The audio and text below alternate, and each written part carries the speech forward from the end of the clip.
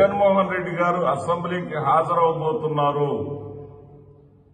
Budget సమావేశాలకు వైఎస్ఆర్సీపీ శాసనసభ్యులు 11 మంది హాజరవుతున్నారు అని వార్తలు వెలువడుతూ ఉన్నాయి. అధికారికంగా జగన్మోహన్ రెడ్డి గారి నోటి వెంట రాకపోయినప్పటికీ జగన్మోహన్ రెడ్డి గారికి సంబంధించినటువంటి మీడియా కన్నా కూడా మిగతా మీడియా సంస్థలన్నీ కూడా దాని మీద నిర్ణయం తీసేసుకున్నారు. జగన్మోహన్ రెడ్డి గారు అసెంబ్లీకి వచ్చేస్తున్నారు అని చెప్పేసి వార్తలు రాస్తా ఉంది. ఇది నిజమైతే జగన్మోహన్ రెడ్డి గారు 11 మంది శాసనసభ్యులు ఆయనతో కలుపుకొని 11 మంది ఈ 11 మంది శాసనసభ్యులు శాసనసభకు హాజరై ప్రజల తరపున ప్రభుత్వాన్ని నిలదీయడానికి సిద్దమైతే ఇది ఆహ్వానించదగినటువంటి పరిణామం.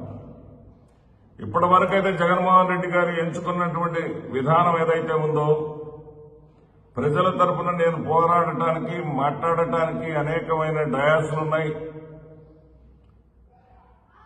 మీడియాతో మాట్లాడుతూ ఎప్పటికప్పుడు ప్రభుత్వాన్ని ఎండగడుతూనే ఉంటాను, ప్రజల కోసం పోరాడుతూనే ఉంటాననే దాన్ని చాలా వరకు ఆయన చేసుకుంటానే వచ్చారు. ఉదాహరణకు ఇటీవల మిర్చి రైతుల కోసం గుంటూరు సందర్శించారు. ఆయన సందర్శించిన కారణంగానే రాష్ట్ర ముఖ్యమంత్రి చంద్రబాబు నాయుడు గారు కేంద్ర ప్రభుత్వానికి లేఖ రాయడం జరిగింది. కేంద్ర ప్రభుత్వం తక్షణమే స్పందించడం జరిగింది. అంటే ప్రతిపక్ష నాయకుడిగా ఆయన బాధ్యత ఆయన నిర్వహిస్తూనే ఉన్నారు.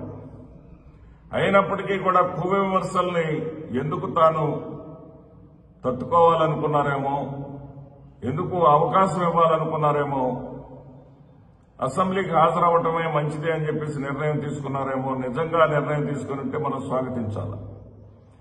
ఇక్కడ విచిత్రం ఏంటంటే పచ్చ మీడియా ఒక ట్రోల్ చేస్తా ఉంది నిన్నటి నుంచి. ఇప్పటిదాకా అసెంబ్లీకి భయపడి రావటం లేదు. అంటే భయపడి రావట్లేదంటే ఆంధ్రప్రదేశ్ రాష్ట్రంలో అమల్లో ఉంది అంబేద్కర్ రాజ్యాంగం కదా. శాసనసభ్యులను ప్రజలు అనుకున్నటువంటి శాసనసభ్యులను బెదిరించే రాజ్యాంగం ఏమైనా జరుగుతా ఉందా? శాసనసభ్యుల్ని అసెంబ్లీకి వస్తే మేము వాళ్ళని అవమానపరుస్తామనేటటువంటి రాజ్యాంగం ఏమన్నా నడుస్తా ఉందా? ఏం జరుగుతా ఉంది ఆంధ్రప్రదేశ్ రాష్ట్రంలో? రానప్పుడు భయపడి రావట్లేదు అన్నారు. విచిత్రం ఏంటంటే ఇప్పుడు వస్తానని ప్రకటన చేసిన తర్వాత కూడా అదే టీవీ సంస్థలు, అదే ప్రచార సాధనాలు, అవే జగన్మోహన్ రెడ్డి గారి వార్తలు లేకుండా ఒక్కరోజు కూడా మీడియాని నడపడం చేతగానటువంటి చచ్చు దద్దమ్మలు. వాళ్ళు చెబుతుంది ఏంటంటే ఇప్పుడు కూడా భయపడి వస్తున్నాడంట. రఘురామకృష్ణరాజు గారికి భయపడి వస్తున్నాడంట. ఇక్కడ స్ఫూర్తిగా రాయొచ్చు. రఘురామకృష్ణరాజు గారు ఒక మాట అన్నాడు. ఏమంటే జగన్మోహన్ రెడ్డి గారు అధ్యక్ష అని నన్ను పిలవాలి, నేను స్పీకర్ స్థానంలో కూర్చోవాలి, రావాలి జగన్, కావాలి జగన్, అసెంబ్లీకి రావాలి జగన్, మీరు కావాలి జగన్ నాకు అంటూ ఆయన అనేక విమర్శలు చేశారు. జగన్మోహన్ రెడ్డి గారిని రెచ్చగొట్టారు. సరే, ఆ రకంగా రఘురామకృష్ణరాజు గారికి ప్రతి సవాలుగా ఓకే నువ్వేం చేస్తావో చేసుకోని నేను వస్తున్నానని చెప్పేసి స్ఫూర్తిగా రాస్తే అర్థం ఉంది. కానీ రఘురామకృష్ణరాజు గారికి భయపడి వస్తున్నాడంట. ఆయన ఏదో కుంభమేళా స్నానాలు చేసేటప్పుడు బీటెక్ రవితో కలిసి వీళ్ళెళ్ళింది పూజలు పురస్కారాలు, ఏది వాళ్ల కుటుంబానికి సంబంధించినటువంటి సమస్యలను దేవుడికి చెప్పుకోవడానికి కాదు వీళ్ళు వెళ్ళింది కుంభమేళా స్నానానికి, పవిత్ర స్నానానికి. అక్కడ కూడా జగన్మోహన్ రెడ్డి గారు అక్కడ కూడా పులివెందులకు ఉప ఎన్నిక రావాలని చెప్పేసి దండం పెట్టుకున్నారంట. అది వీడియో వైరల్ అయింది. అంటే ఇప్పుడు వీళ్ళు అనేది ఏంటంటే 60 రోజుల నిబంధన ఒకటి ఉంది. ఇక్కడ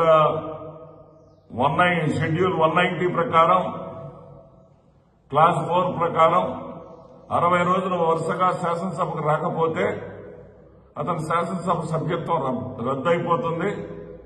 కాబట్టి అతను 60 రోజులు వరుసగా శాసనసభకు రాకుండా ఉండాలని వీళ్ళు పూజలు చేసినట్ట. అంటే టెక్నికల్ గా సాంకేతికంగా తను ఎట్లా కాపాడుకోవాలో జగన్మోహన్ రెడ్డి గారికి తెలియనంతట అమాయకుడా. తెలియకుండానే మీరు పెట్టినటువంటి హింసల్ని, మీరు పెట్టినటువంటి తప్పుడు కేసుల్ని, మీరు పెట్టినటువంటి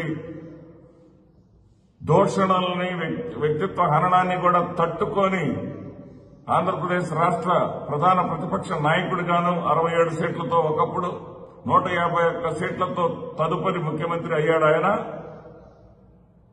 తనను తాను ఎట్లా సంరక్షించుకోవాలో జగన్మోహన్ రెడ్డి గారికి తెలియదా? మీలాంటి వాళ్ళ దగ్గర నేర్చుకోవాల్సినటువంటి అవసరం ఆయనకుందా? ఇప్పుడైనా స్పోర్టివ్గా ఉండటం నేర్చుకోండి. అసెంబ్లీకి రాకపోతే భయపడి రావట్లేదంటున్నారు. అసెంబ్లీకి వస్తే సభ్యత్వం పోద్దేమోనని భయపడి వస్తున్నాడంటున్నారు. ఫార్మాలిటీస్ పాటిస్తున్నాడని చెప్పరా? కొంచెమైనా సరే ఇంగిత జ్ఞానంతో మాట్లాడండి. ప్రజల గురించి ఆలోచించండి. జగన్మోహన్ రెడ్డి గారి చంకలో ఏముంది? జగన్మోహన్ రెడ్డి గారు ఈ రోజున ఏం పెట్టి మొహం గడుపుకున్నాడు? జగన్మోహన్ రెడ్డి గారు ఏ దువ్వెన పెట్టి తలదొక్కున్నారు? ఇవి కాదు వార్తలు.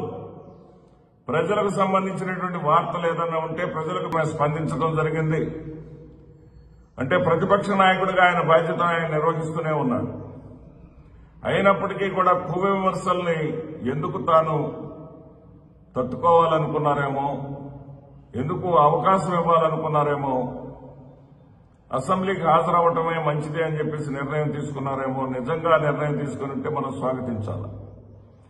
ఇక్కడ విచిత్రం ఏంటంటే పచ్చ మీడియా ఒక ట్రోల్ చేస్తా ఉంది నిన్నటి నుంచి. ఇప్పటిదాకా అసెంబ్లీకి భయపడి రావటం లేదు అంటే, భయపడి రావట్లేదంటే ఆంధ్రప్రదేశ్ రాష్ట్రంలో అమల్లో ఉంది అంబేద్కర్ రాజ్యాంగం కదా? శాసనసభ్యులను, ప్రజలు అనుకున్నటువంటి శాసనసభ్యులను బెదిరించే రాజ్యాంగం ఏమైనా జరుగుతా ఉందా? శాసనసభ్యుల్ని అసెంబ్లీకి వస్తే మేము వాళ్ళని అవమానపరుస్తామనేటటువంటి రాజ్యాంగం ఏమన్నా నడుస్తా ఉందా? ఏం జరుగుతా ఉంది ఆంధ్రప్రదేశ్ రాష్ట్రంలో? రానప్పుడు భయపడి